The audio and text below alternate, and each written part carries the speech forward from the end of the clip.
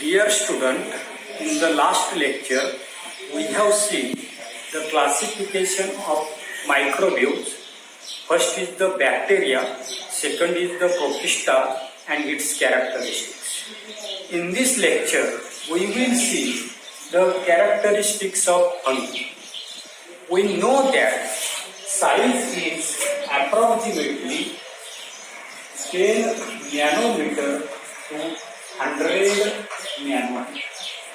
आता काय असणार काही फंगी जो आहे तर त्या फंगीचा सर्वसाधारणपणे अंदाजे अशा प्रकारचा असणार जो काही आकार जो आहे तो आकार आपला त्या ठिकाणी 10 नॅनोमीटर टू 100 नॅनोमीटर पर्यंत त्या ठिकाणी दिलेले आहे.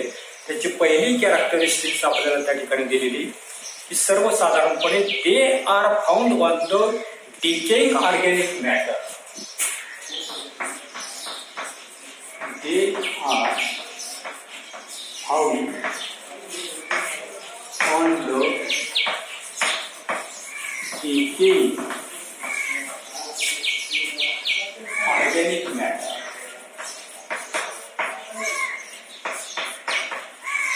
जी काय फंगी जी आहे तर ते फंगी सर्वसाधारणपणे आपल्याला डिके म्हणजे त्या ठिकाणी कुजणारं सडणारं अशा प्रकारचं असणारे जे काही सेंद्रिय पदार्थ जे आहेत तर त्या सेंद्रिय पदार्थांवर आपल्याला या ठिकाणी असणारे जे काही फंगी जे आहेत तर ते फंगी त्या ठिकाणी वाढताना दिसतात.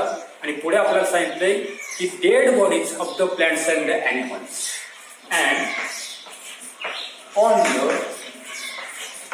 Dead bodies of plants and animals जे असणारे जे काही फंगी जे आहेत तर ते फंगी मृत अशा प्रकारचे असणारे जे काही वनस्पती असतील प्राणी असतील तर यांचं असणारे जे काही शरीर जे आहे तर त्या शरीरावर त्या ठिकाणी जे काही फंगी जे आहेत तर ते फंगी त्या ठिकाणी आढळून येतात. दुसरी कॅरेक्टरिस्टिक्स आपल्याला दिलेली these are eukaryotic organism. Second, these are eukaryotic organisms. जे काय असणार ते फंगी जे आहे eukaryotic organism means distinct nucleus and cell organelles are present in them.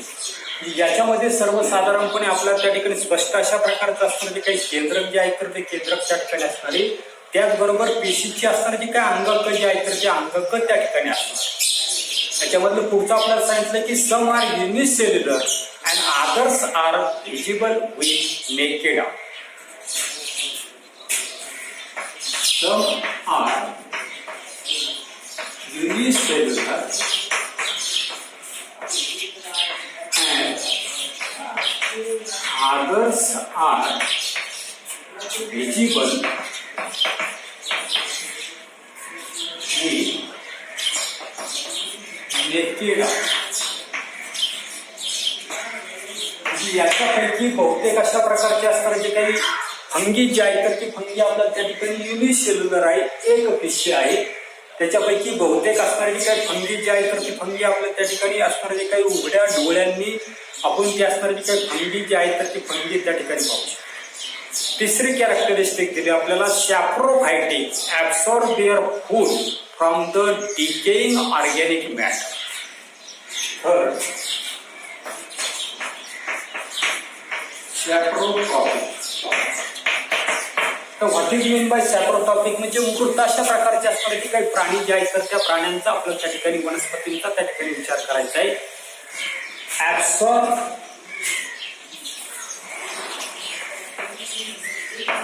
There food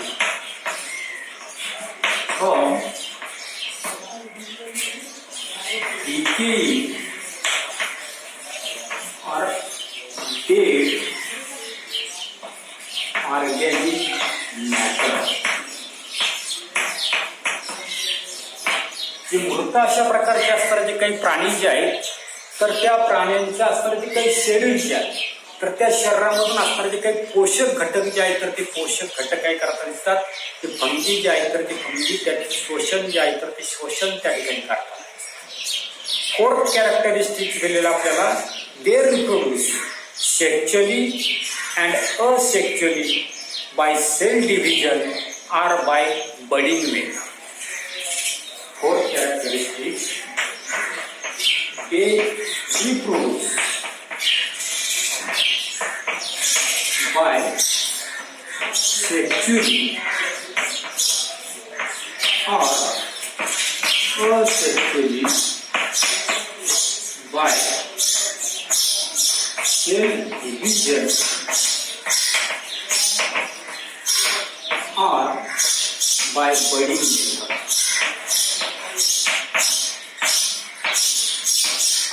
या गटामधले असणारे काही प्राणी जे आहेत तर त्या प्राण्यांचं असणारे जे काही पुनरुत्पादन जे आहे तर ते पुनरुत्पादन सर्वसाधारणपणे लैंगिक.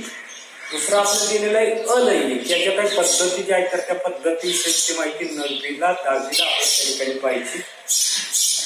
सर्वसाधारणपणे असणारे जे काही रिप्रोडक्शन जे आहे तर त्या रिप्रोडक्शनच्या 2 पद्धती आपल्याला दिलेल्या आहे की पेशी विभाजन जे आहे तर ते पेशी विभाजनानं त्या ठिकाणी होताना दिसतात.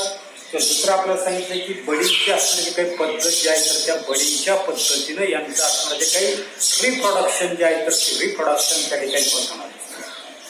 याची काही उदाहरणं जी आहेत तर ती उदाहरणं आपल्याला पहिलं दिलेलं तर ते बेकर्स ईस्ट, दुसरं आहे कॅन्डिडा आणि तिसरं आहे मशरूम.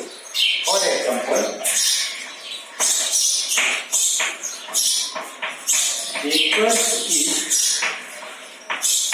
सेकंड आहे कॅन्डिडा आणि तिसरं जे आहे तर ते आपल्याकडे मशरूम. या फंगीमध्ये सर्वसाधारणपणे आपण मागे पाहिलं की बेकर्स ईस्ट जे त्या ठिकाणी बेकरीमध्ये पाव जे आहे तर त्या पावचं प्रोडक्शन करण्यासाठी वापरलं जातं.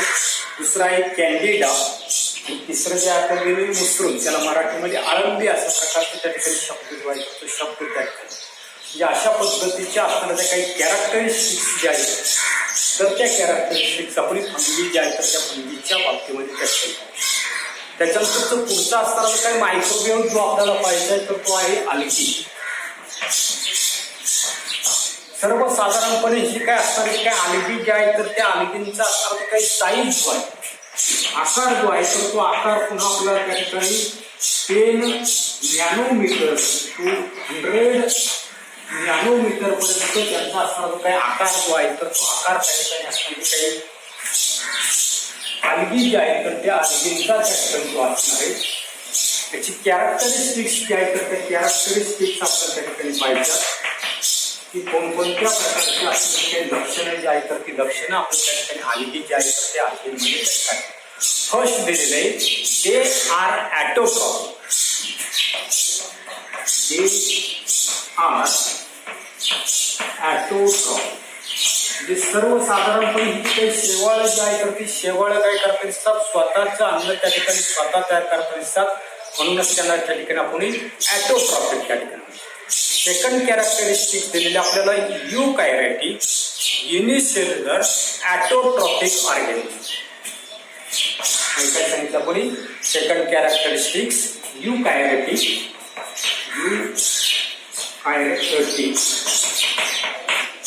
unicellular and काय सांगितलेलं ॲटोट्रॉपिक. म्हणजे या गटामधले असणारे काही प्राणी जे आहेत तर ते युकॅरियोटिक आहे. Eukaryotic with distinct nucleus and cell organelles जे आहेत are present in the this algae. दुसरी एक पेशी आहे आणि तिसरं आपल्याला सांगितलंय स्वतःचं अन्न जे आहे तर ते स्वतः त्या ठिकाणी तयार करणं हे काय ऑर्गॅनिझम जे आहे तर ते organism.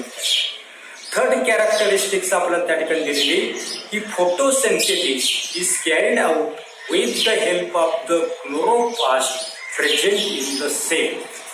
Third photosynthesis is carried out with the help of chloroplast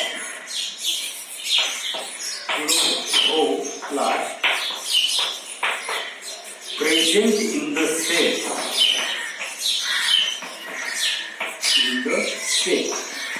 पेशीमध्ये असणारं जे काही क्लोरोपास जे आहे तर त्या क्लोरोपासच्या साह्याने जे काही आल्गी जे आहे तर ते आल्गे काय करता दिसतं प्रकाश संश्लेषणाची असणारी काही प्रक्रिया जी आहे तर त्या प्रक्रियेच्या साह्यानं असणारं जे काही अन्न जे आहे तर ते अन्न त्या ठिकाणी तयार करतात.